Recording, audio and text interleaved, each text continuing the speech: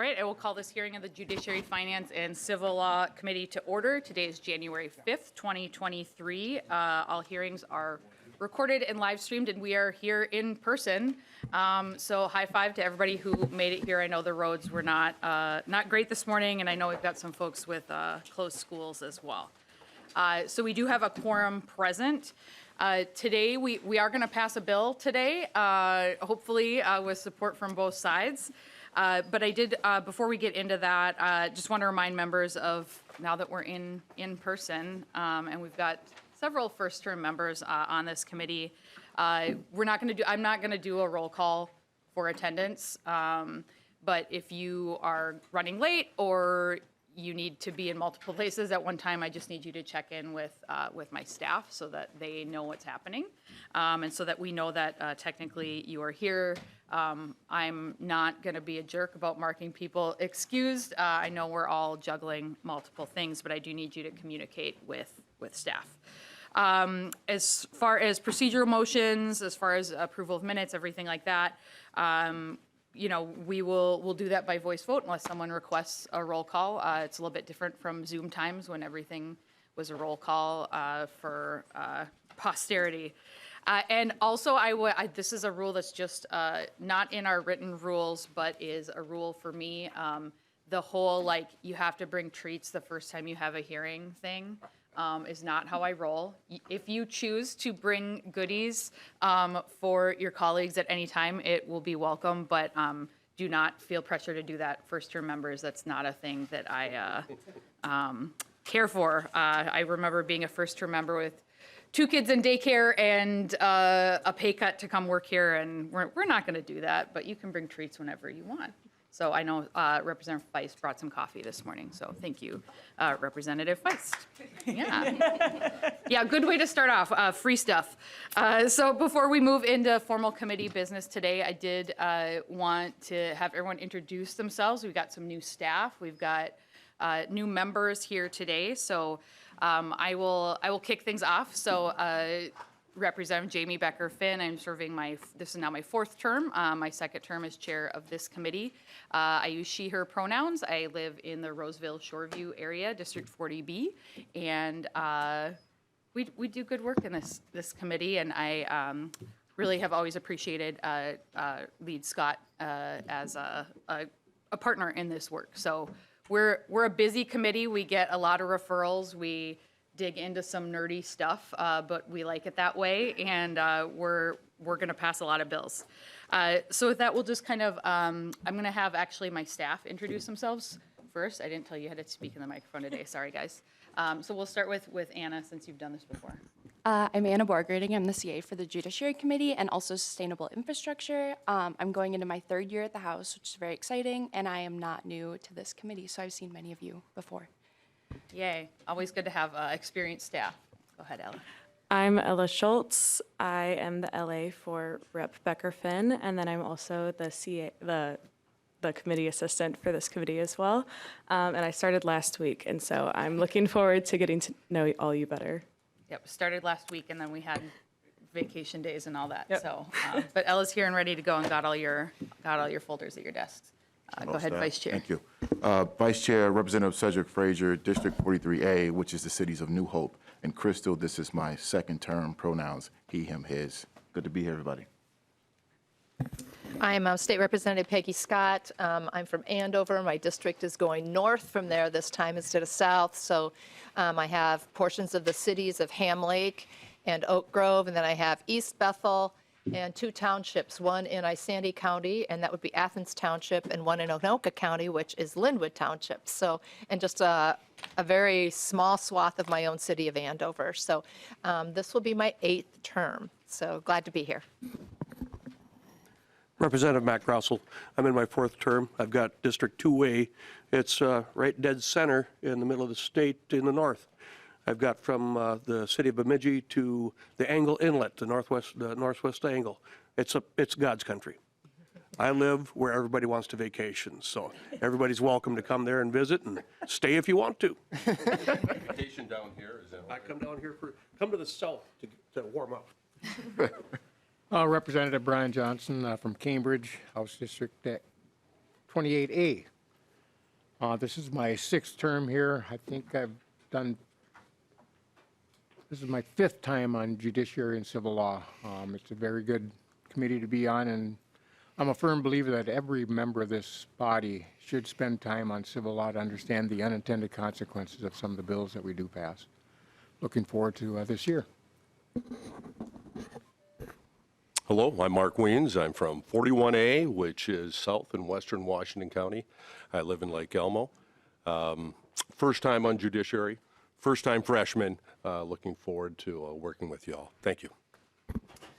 My name is Harry Niska. I was just elected to represent District 31A, which is in western Anoka County. Before redistricting, I was a constituent of Representative Scott, and so I'm very excited to be here to represent the area I grew up in, Ramsey and western part of Andover, and also to work with Representative Scott and all of you. We'll do staff too. You guys are very important. Thank you. Callie Lehman, GOP Research. I have been working at the House for 8 years and on some form of the Judiciary Committee for 8 years. I'm Zach Meinertz with DFL Research. I'm also on public safety, and today's my 3rd day on the job. Happy to be here. All right, we'll kick it to Representative Curran. Representative Breon Curran from 36B. With redistricting, Chair Becker Finn was my representative prior. This is my 1st term. I hail from Vadnais Heights. I also represent White Bear Lake, Gem Lake, Birchwood Village, and parts of White Bear Township. Glad to be here. Representative Lee Finke. This is my 1st term representing District 66A. I live in St. Paul. I also represent parts of Roseville and Falcon Heights and Lauderdale, and I use she, her pronouns. Representative Luke Frederick from District 18B. This is my 2nd term in the legislature, 1st time on Judiciary, and I'm looking forward to learning from everyone's experience here. Thanks. Hi, everyone. Representative Sandra Feist. My district is 39B, which is the southern part of New Brighton, Columbia Heights, and St. Anthony. I practice immigration law, and I'm an immigration law professor, adjunct at St. Thomas, so I love the nerdy law stuff. I'm very excited to be here. This is my 2nd time on Judiciary, and my pronouns are she, her. Thanks. Good morning. I'm Representative Kelly Moeller, and I represent 40A, Arden Hills, Mounds View, part of Shoreview, the northern part of New Brighton. This is my 3rd term, and I use she, her pronouns. Good morning, Madam Chair and members. My name is Nathan Hopkins. I'm a nonpartisan legislative analyst with the House Research Department. I work on civil law issues and government data practices issues. John Walls, House Fiscal Staff. I've been here for a really long time. And I handle fiscal notes and things having to do with spending and money. So if you have a question on those, let me know and I'll be happy to help. Ben Johnson, also with the House Research Department. I primarily handle the judiciary-related issues in this committee. I also staff the Public Safety Committee. And I drew the short straw and am in charge of the cannabis bill this session. Chair and members, Mary Mullen. I'm also from the House Research Department.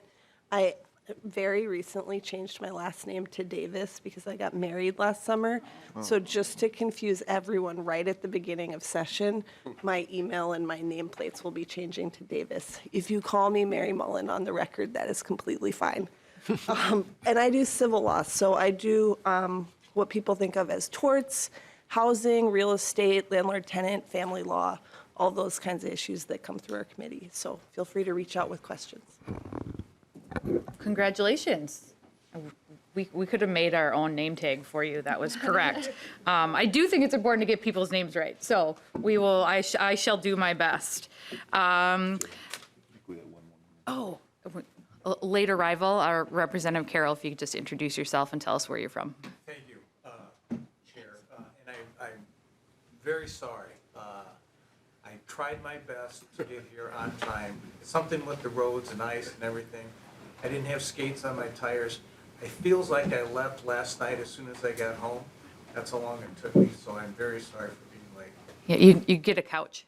Okay, yeah. So I'm Ned Carroll. I'm a new rep. I'm from 42A, which is Plymouth, a little bit of Maple Grove. I mean, delighted to be here, especially serving under our chair, who I know from our previous work at the Hennepin County Attorney's Office. All right, thank you, Representative Carroll. And thank you, that's a good vice chair there. And then, again, because we've got several new folks on this committee, if you do want to speak, you can get the attention of Ella or Anna, and they'll get you on a list, and then we'll call on you. And I'm trying to think if there's any other housekeeping brand new people. Basically, our House research staff and fiscal staff, our nonpartisan staff are amazing. There aren't stupid questions. It's better to ask them and make sure you're on the right track than to become frustrated and spin your wheels. They are here to help us, and they do an excellent job. So I can never say enough about you guys, and I'm sorry that you have the marijuana bill. That'll be a heavy lift. So with that, we're going to move a bill today. I know that I think a couple of our Yep, we've got Representative Agbaje. So we are going to move to House File 37. The bill and the accompanying materials are in your packets. So Representative Agbaje, if you could come on up.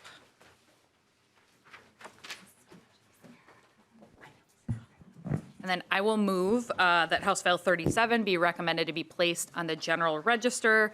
Representative Agbaje, I believe you have a very short amendment, so I will also move I believe it's the A1 amendment, and if you could just briefly explain the amendment. The amendment is very simple. Thank you, Madam Chair and members of the committee. It is basically a spelling change. Locks should be spelled L-O-C-S and not L-O-C-K-S. All right, any discussion to the amendment? All right, all those in favor of the A1 amendment, please say aye. Aye. Opposed? All right, the amendment prevails.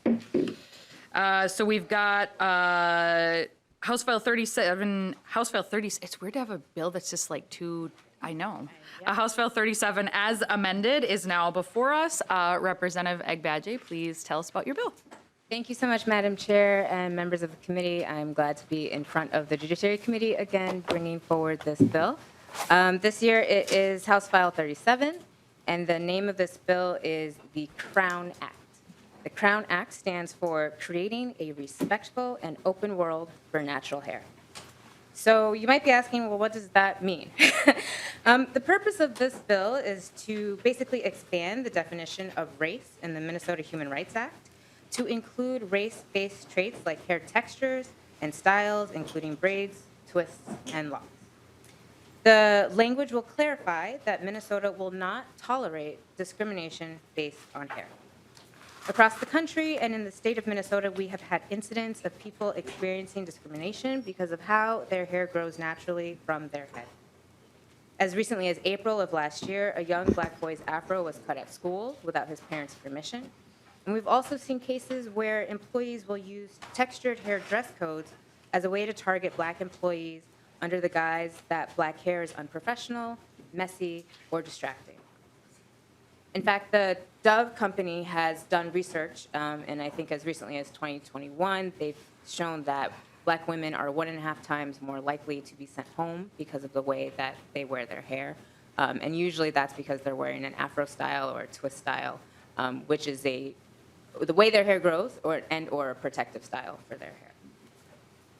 Enacting a bill like this will make it clear that such discrimination will no longer be tolerated, because what we're seeing is that it's kind of being used as a proxy for race discrimination based on skin color.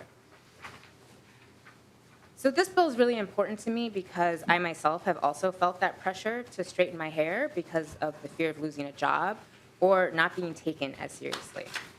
And I did straighten my hair for most of my life. I think I only just started going natural and wearing protective styles about 5 years ago. And that was the time where I realized I needed to allow myself to be myself. And I am glad to continue to carry this bill to ensure that people have the freedom to show up as they are and who they are in school and at work, and focus at the task at hand rather than worrying about if their hair will be the cause of the loss of an education or the loss of earning an income. The effects of not knowing about whether one must change their hair to be accepted can lead to devastating consequences, not only about a person's well-being, but in their sense of self, but it also leads to physical detrimental health. In 2022, the NIH released a study that women who use relaxers or chemical straighteners for their hair were more likely to develop uterine cancer than those who did not. There's also hair breakage and damage that happens from having to pull your hair back if you need to keep it that way, or continuing to use heat products or, again, chemicals to keep it straight. So again, this bill would allow people to show up as their authentic selves in varied spaces and not be denied employment, educational, or athletic opportunities because of the natural texture of their hair. We do have a number of supporters for this bill, particularly in the community as well as the business sector. So groups like the Twin Cities Urban League and their Young Professionals Chapter, National Urban League, the Black Women's Wealth Alliance, the Council on Minnesotans of African Heritage, as well as businesses here in Minnesota that make up the Minnesota Business Coalition for Racial Equity. And I think some of them have sent in letters of support that you should have in your packets. And so I believe some of my testifiers might be in the room now. Madam Chair, I'm happy to transition to that. Yep, and for everyone's edification, we will go ahead with the presentation of the bill, and then if you do have questions, we can get to that after we get to through the presentation of the bill. The first person I have on the list is Vachel Hudson, and I apologize if I'm mispronouncing your name.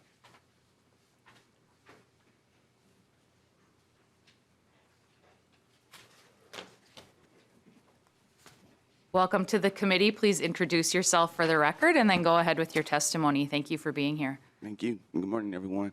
My name is Vachel Hudson. I am a homeowner and landlord in North Minneapolis.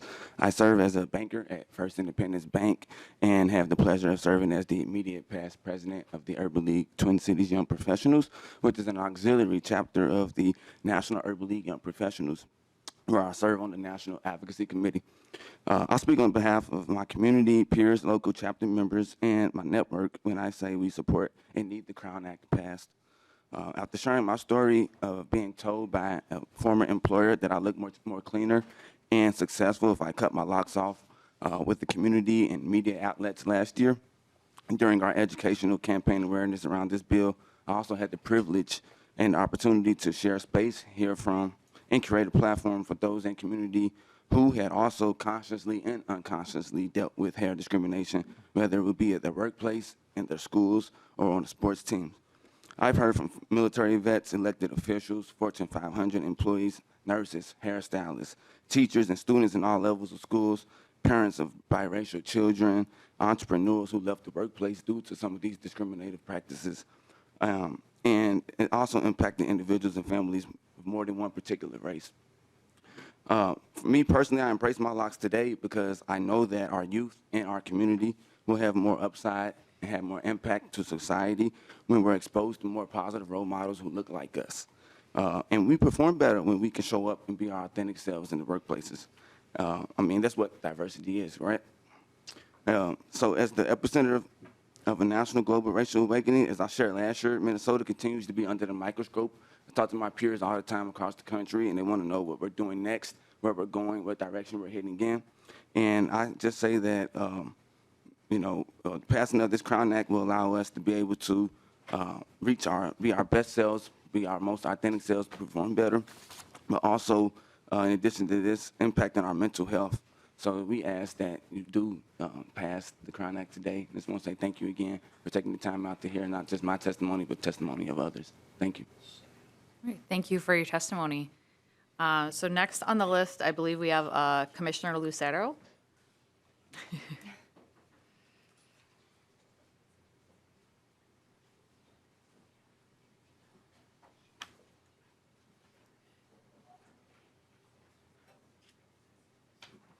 Welcome to in-person committee.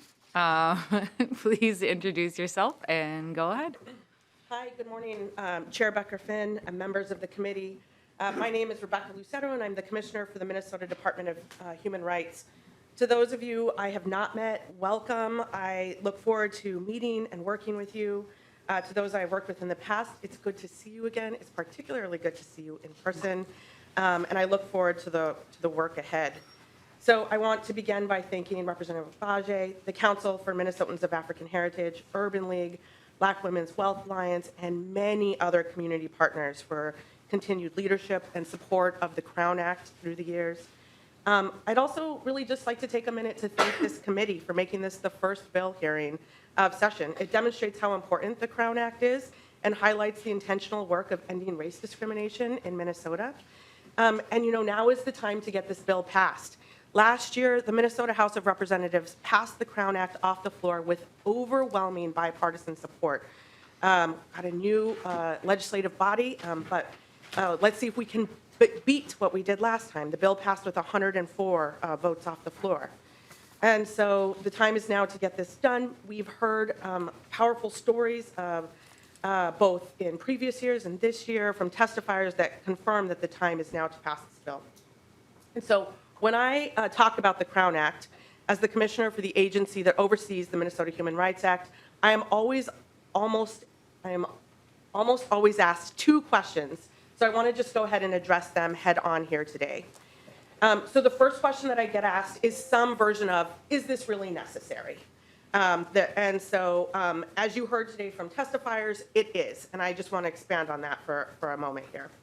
So a 2020 research article published in the Journal of Social, Psychological, and Personality Science by professors from Michigan State and Duke universities showed a bias against, in this situation, black female job applicants.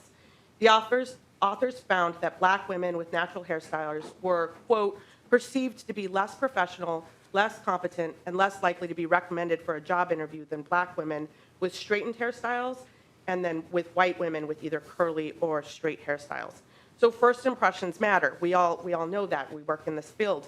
This is especially true when someone is applying for a job where employers are making quick judgments about applicants based on their appearance, sometimes within a matter of seconds, oftentimes completely unconscious, based on how we've been raised in this society. And so when there are policies in place and the policies are codified in schools and in workplaces that prevent someone with natural hairstyles from working and going to school, it is amplifying and codifying those biases and discriminations. This is not a unique story. It's not new. Since long before the beginning of the country's existence, black hair has always been something that is both officially and unofficially regulated, and we can do something about that to make a change here today. So it is important to explicitly name the protections of the Minnesota Human Rights Act. The second question I get asked is, okay, but what about health and safety, or some version of that question? And so I just want to make sure I'm addressing that dead on as well. So state law continues to give employers the ability to adopt policies for health and safety, schools as well, of course. In fact, state and federal laws often require employers to adopt policies around health and safety. That does not change. Natural black hairstyles, however, do not create more health and safety risks than non-black natural hairstyles. And in fact, as Representative Agbaje testified to, health is actually one of the reasons why many black Minnesotans choose a natural hairstyle.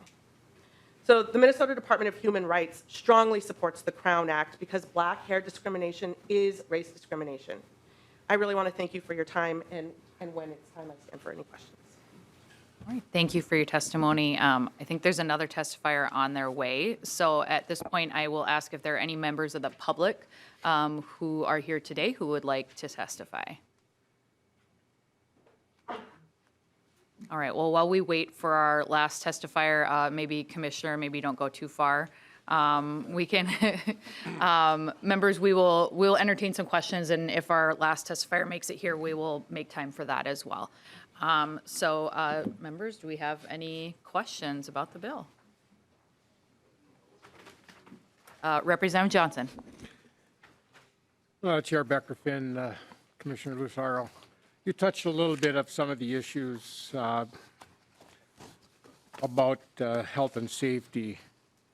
I'm just wondering, my intention, I actually have a good friend that's been dealing with this, and I am planning on voting for this bill, but I need to get a little bit more on the record of how things are going to work with this.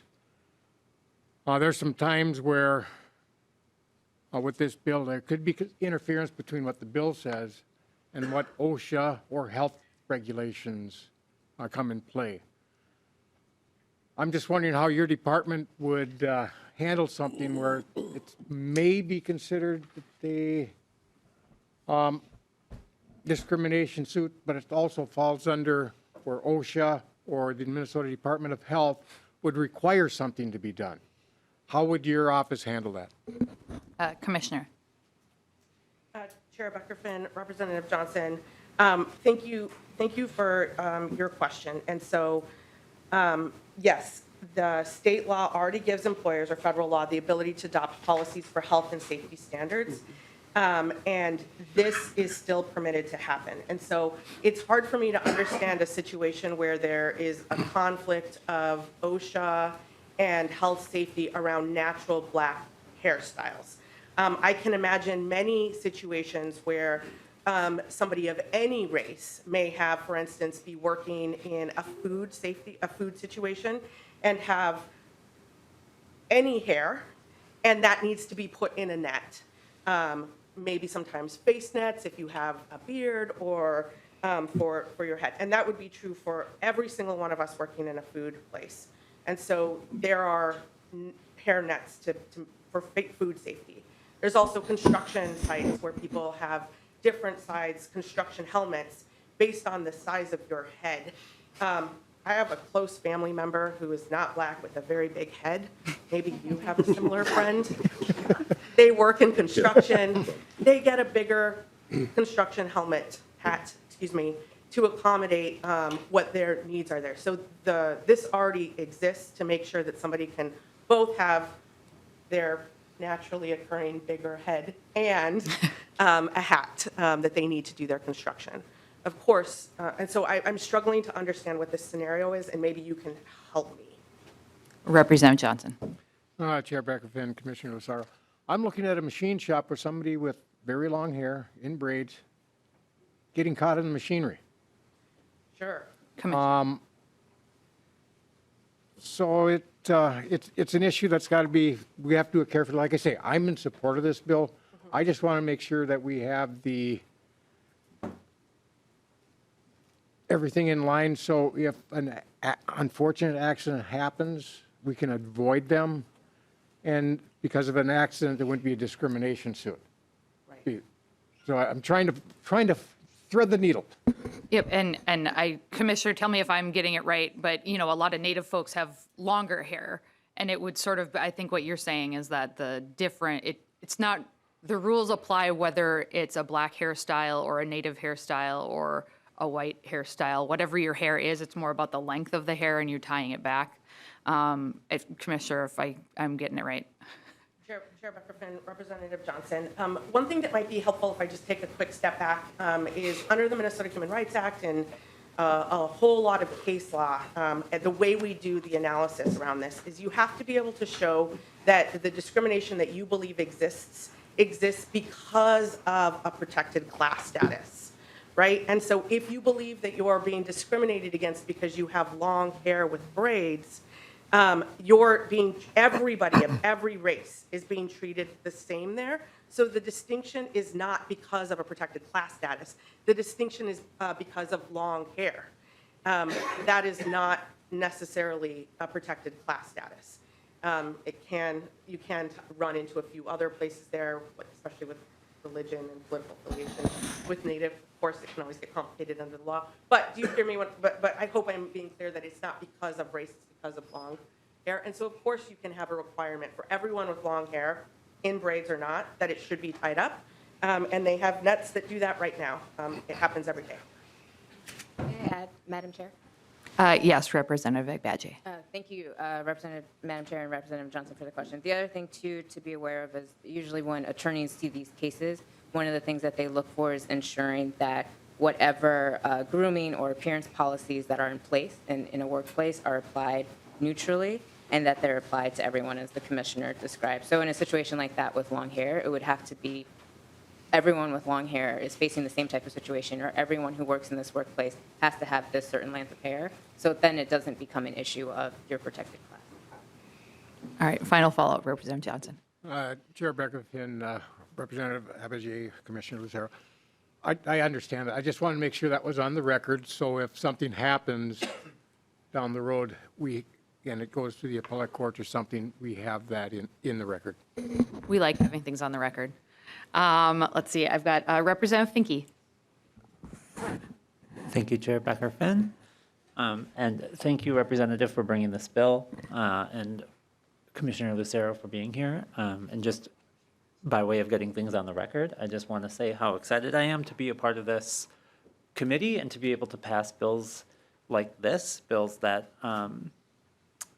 maybe don't have top 10 bill introduction matter behind them, but like literally change the lives of the daily experience of Minnesotans. And being able to, as the story we heard earlier, being able to present oneself authentically and not walk into a room and immediately be judged by either institutional racism or personal bias, I think is extremely important. And I just wanted to come back to the point that was made about students and students being policed and presentation being policed. This is a serious issue in my community. Black trans kids especially are policed around their hair and clothing. So I would just like to hear a little more about how this will reach into schools in those environments. Yeah. Representative Agbaje. Thank you, Madam Chair, and thank you, Representative Finke. Yeah, that is a very good point that you bring up. So part of the reason why there's now this national movement around the Crown Act is because so many young people, particularly black girls, before even the age of 5, have faced some type of discrimination based on their hair and their appearance. And so having a law like this and the education around it allows us to start to create a society where everyone is accepted, where their sense of self is brought up, and where they're not made to feel that something is wrong with them because their hair may grow differently, or they may choose to wear a different type of style that will protect their natural texture. And so I think a really big part of this is that it is really going to be helpful for young people as they create their continued sense of self, that they won't feel outcasted. I know last year when we were on the floor, a former representative talked about how his students on his wrestling team, they all had come together to make sure that students there felt safe to be able to show up and play the way that they wanted to. And so I think that this continues to be a way that we're showing throughout in the state of Minnesota as well as throughout the country, ways that we are making sure that our children feel respected, feel seen, and feel heard, and that they know that they can show up as their true self. Any follow-up? No, thank you very much.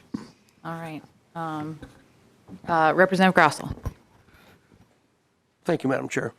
And Commissioner Lucero, as I've asked before, this is already covered under the Human Rights Act. Is that correct?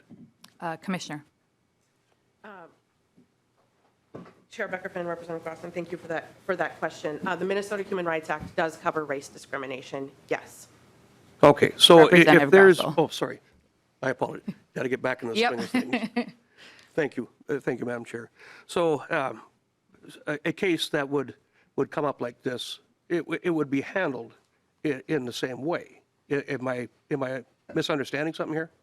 Commissioner. Chair Becker-Finn, I am also used to trying to get back into the flow of things too. Representative Russell, our department has accepted these type of cases and will today accept these kind of cases. And as we have testified to, it is important to explicitly name the protection in the Minnesota Human Rights Act. There continues to be a gap here, and there's an opportunity to be transparent and explicit about this very specific kind of discriminatory impact, again, race-based discriminatory impact, excuse me. Representative Grossell. Madam Chair, thank you. Yeah, and so I guess, Madam Chair, you mentioned Native American folks. They also have quite long hair.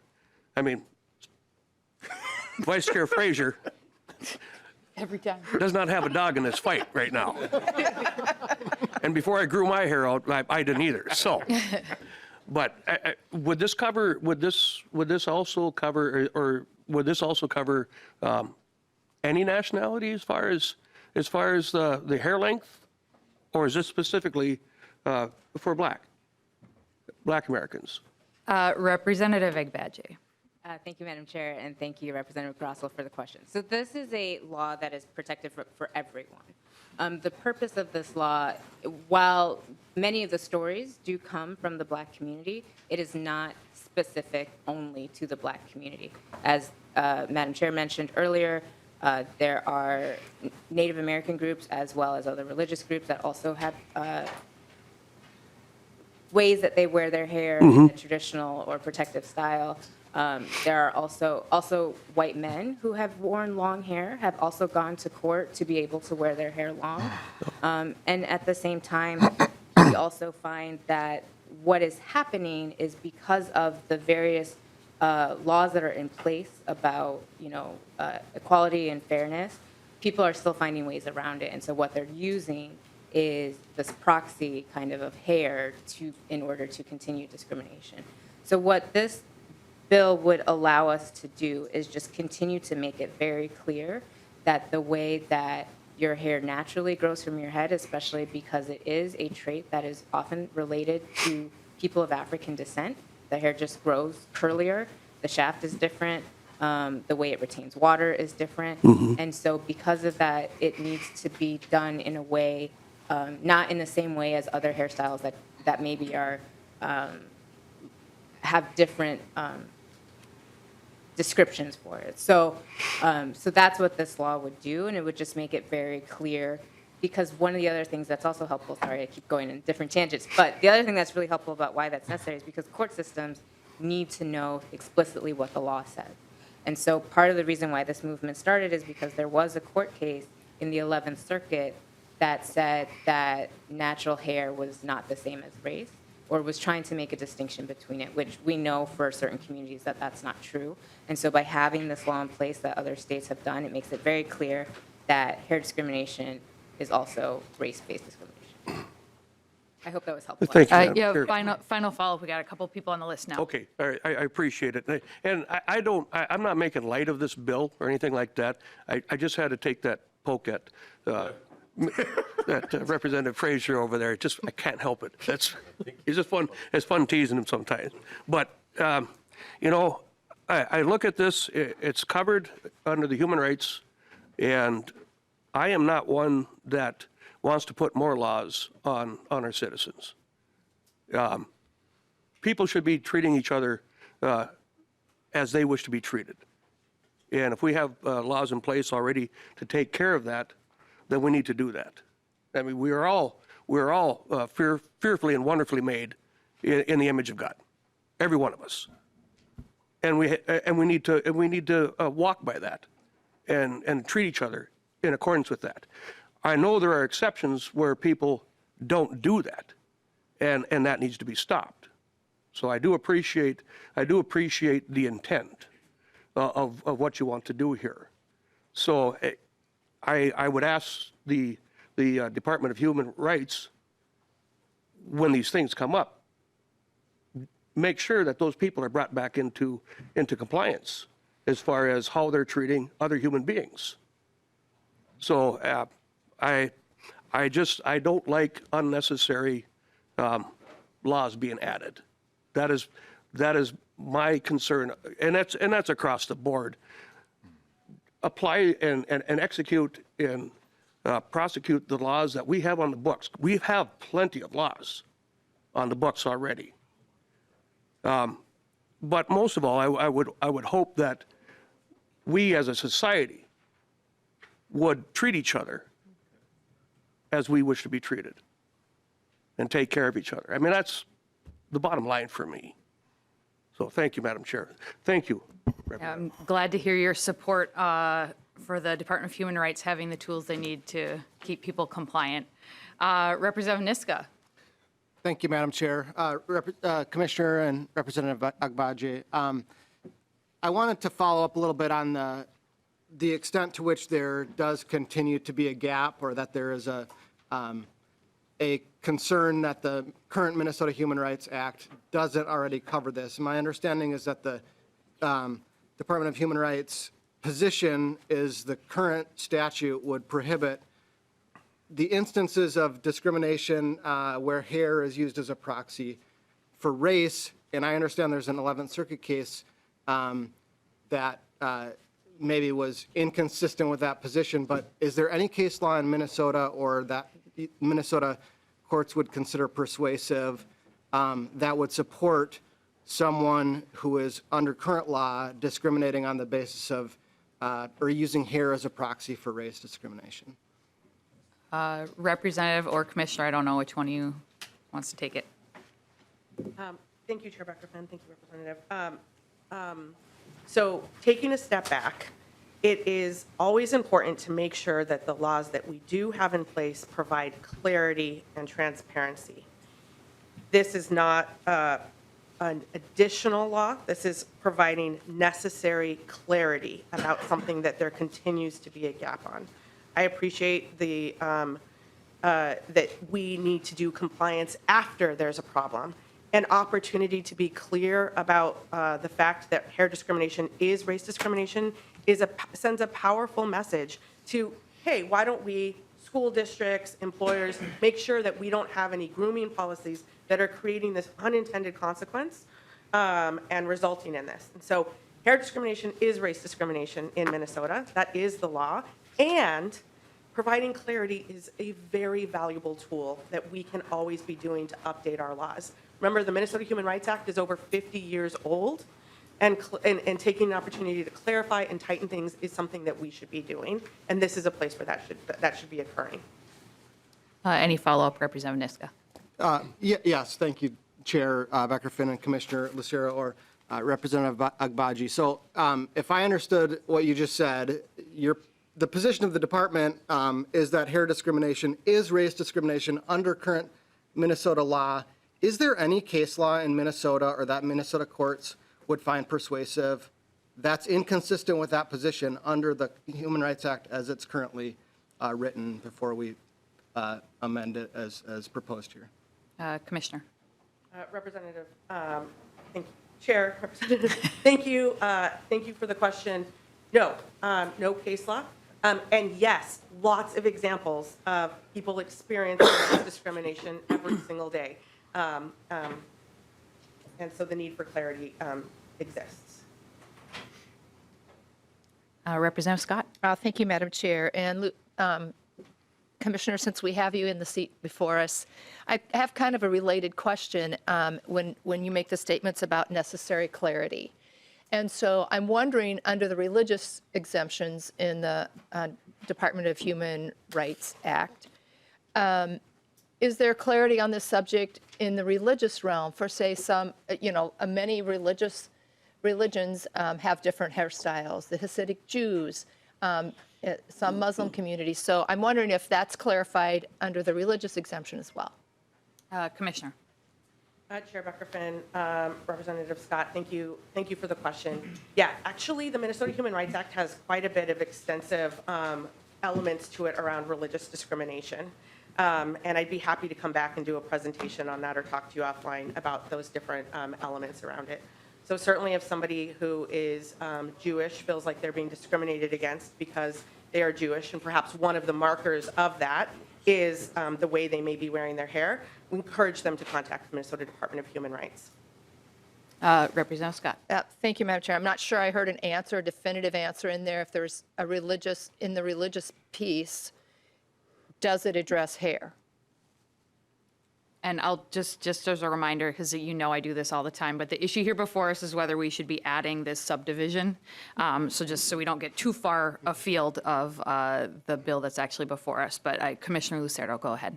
So Chair Becker-Finn, Representative Scott, it does not explicitly mention hair in that scenario. Why we are explicitly mentioning it here is because there is a historic and sustained problem with how natural black hairstyles are done that is resulting in bias and discriminatory outcomes. And so the need for clarifying that is really important. I have not had an outpouring of constituents come to me and talk about Hasidic hairstyles needing to be clarified in the Minnesota Human Rights Act, but I'm more than happy to have that conversation with any constituents who have that concern. Representative Scott. Thank you, Madam Chair. And just one final question, and this is going back to the bill in place. And this would probably go to the bill's author. Is there anything that you have planned to make this, if this bill becomes law, how are you going to let the business community know of this change? And is there going to be any training? Is there going to be anything that goes out to the business community about this specification? Thank you, Madam Chair. Representative Agbaje. Thank you, Chair, and thank you, Representative Scott. Yes, I've actually had this discussion with the Commissioner. We have talked about how there will be trainings that will go out, outreach that comes from the Minnesota Department of Human Rights. A number of employment attorneys have already started posting blog posts, kind of providing insight into how employers can implement this law in their workplace. And so I think through that, and I also think through continued sustained effort to make sure that the agency has the tools that they need to continue their outreach efforts and to continue their education practices with employers will really help make sure that more businesses understand should this bill become law. All right, and we do have a couple other questions on the list, but our final testifier arrived, so we're going to move to have them come testify. Kenya McKnight.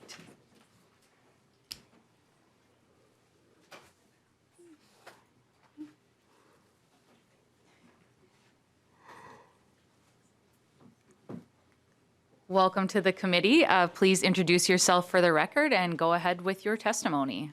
Thank you. Can you hear me okay? My name is Kenya McKnight Ahad. I am the CEO and founder of the Black Women's Wealth Alliance, resident of Minneapolis, resident of Minnesota for the past 40 years. So I grew up here as a 6-year-old. In my work, I work with Black mothers, youth, and just regular old folks who are business owners as well as career professionals in the workplace. And I sit here before you today really proud and happy to represent for this bill, but also to be in this moment for me, which is historic. As you know, natural hair, I mean, it's a part of who we are. It's a part of our identity. And for me, I think that it's so important that we normalize who we are as Black African-American people. And changing our hair, altering it should be a choice, not a requirement. And this is something that we've struggled with since the inception of this country. But it's something that's so paramount to who we are. It has a tremendous impact on our children to be in the classroom to have your hair cut off because your hair is made differently than those around you. This is not an option. It's who we are. It's how we're born. We don't have a choice, but we are proud of it. And we want our state to embrace what that means to us as being human beings and the value that it also brings, not only to our economy, as we know, our hair, is a $1 billion industry across this country, billions of dollars. It's something that we take pride in. It's something that we wake up every morning feeling good about, being able to wear our hair in braids, being able to wear our hair poofy, being able to wear our hair however we want. And it makes our children feel special as well. And so I'm here strongly encouraging you to also embrace this historic moment that we're in to create legacy in Minnesota, to send the message that not only just some of us, but all of us matter. And we accept everybody for who they are from where they are in this great state. Thank you. Thank you very much for your testimony. Glad you could make it. Yes, and pardon me for not addressing you properly, Madam Chair and members. No worries. Thank you again for being here and sharing your testimony. We do have a couple other members with questions that we will get to, and then just as a reminder, we do have to wrap up by 9:45 because we have a kind of weird session time today. So Representative Feist. Thank you. I can talk. Thank you, Madam Chair. I just wanted to provide an employer's perspective. I have my own law firm. I have 10 employees, started my firm 12 years ago. And I just want to emphasize what Commissioner Lucero said about clarity being so helpful and employment law being particularly unintuitive in my experience. Definitely employment law issues arise from time to time. And in terms of like business community awareness, I find that if I have any question at all, I just ask an employment law attorney. And oftentimes the law is not clear or not intuitive. I had the opportunity to meet with Commissioner Lucero last year, and she did a PowerPoint for me. Sorry, I should speak into the mic. And provided me some examples, and it was really interesting to see how the law is not always intuitive from an employer's perspective.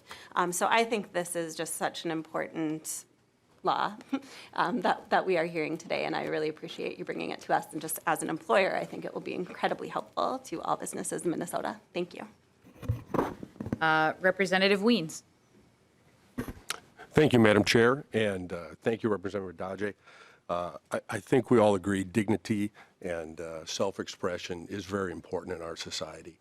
And my concern is on the clarity on the workplace safety and health. And I don't know if I can offer I guess, a friendly amendment. I intend to support this, but I would ask under the clarity piece that this would not impinge on any workplace safety and health protocols, laws, and regulations as an additive part.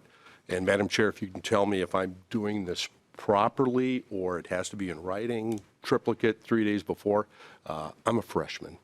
Yep. Well, so you've got a couple options here, Representative. If you are actually asking that we move an amendment, typically amendments need to be filed ahead of time.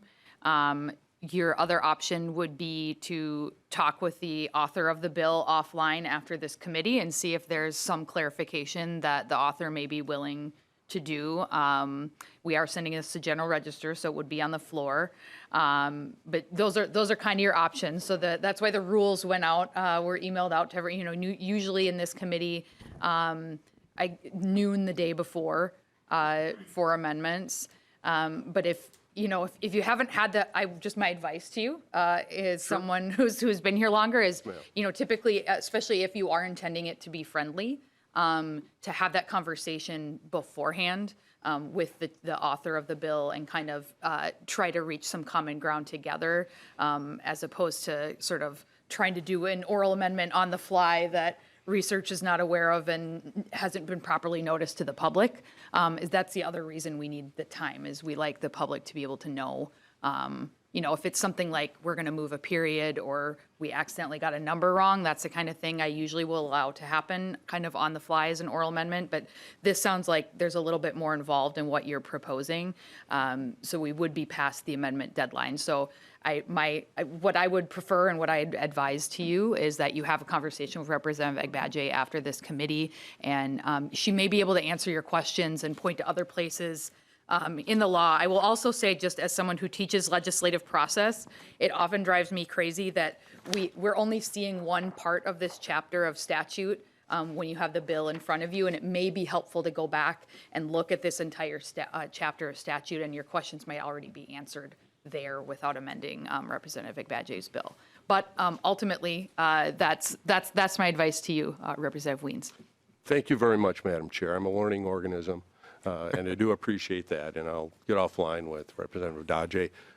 Just clarifying, I think the issue about what we're concerned about is workplace safety and health concerns, that this would not be an issue for businesses, for governmental agencies, for first responders.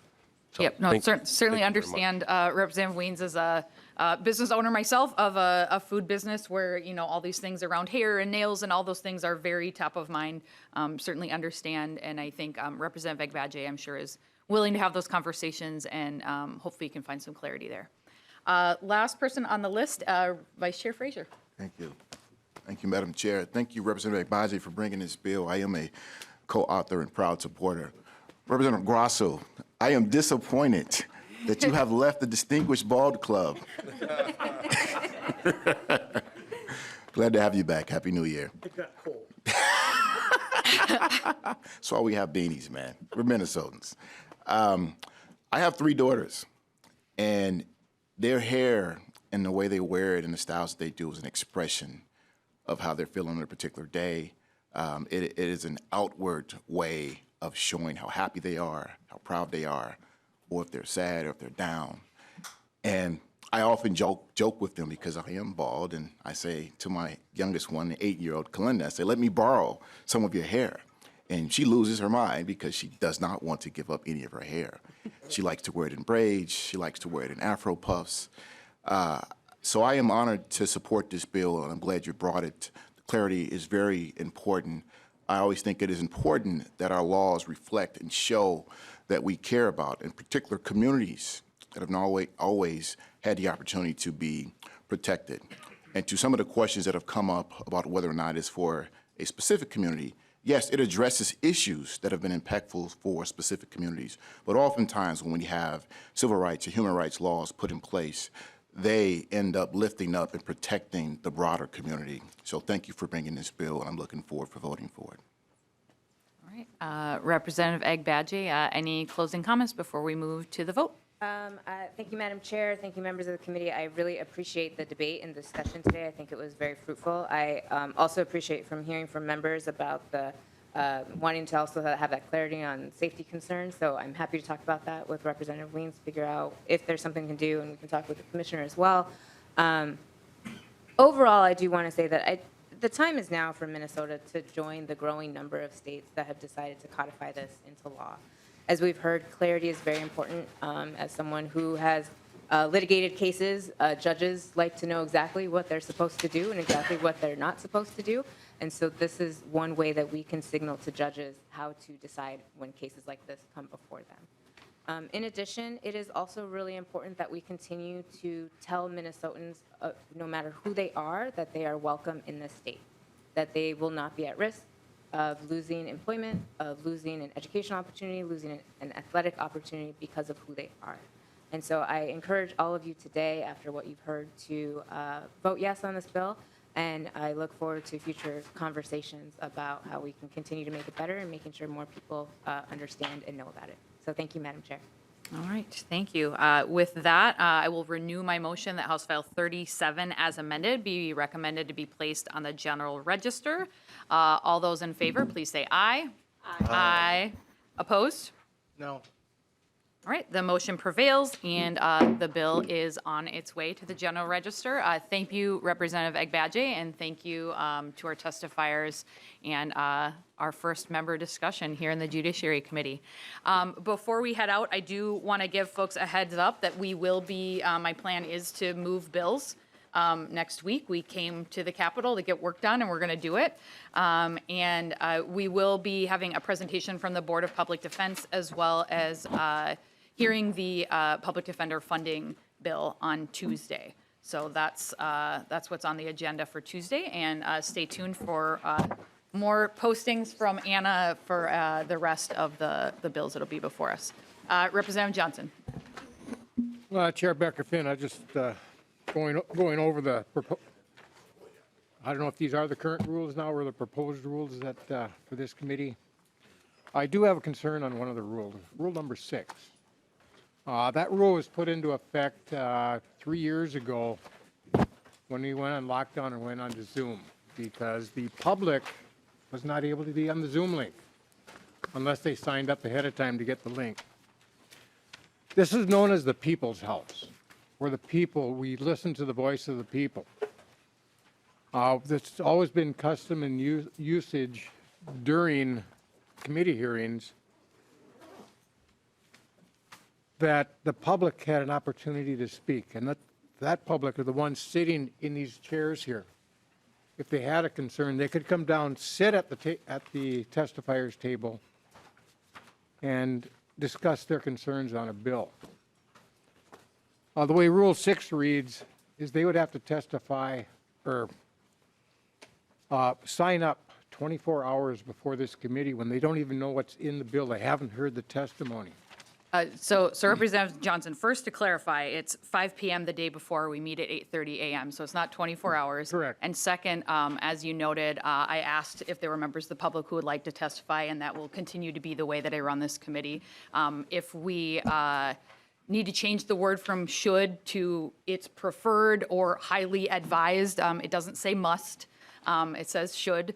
In another committee, it did say must. Okay, well, that's, I can't speak to other committees' Exactly. rules. I want to make sure that. Representative Johnson, I'm still speaking. I'll let you follow up. But I agree with you. And that was one thing that I think was missing when we were on Zoom, was the ability. I was always the member on the committee that would remind the chair that we hadn't asked the public if there was anyone here who would like to testify. So I can promise to you that will be something that I will always do in this committee. If a member of the public, especially, I know the burden that it is for a lot of folks to drive, to find transportation here, to park, to find this room, and to come up in front of all of us and testify, and I will continue to honor that in this committee. Representative Johnson. I appreciate that. It's just that the way the rule is written, it does appear to shut that out. Now, maybe you need to reconsider how that Rule 6 is written. Certainly open to feedback. Thank you, Representative Johnson. All right. With that, members, thank you for getting here so we could pass a bill today, and with that, we are adjourned.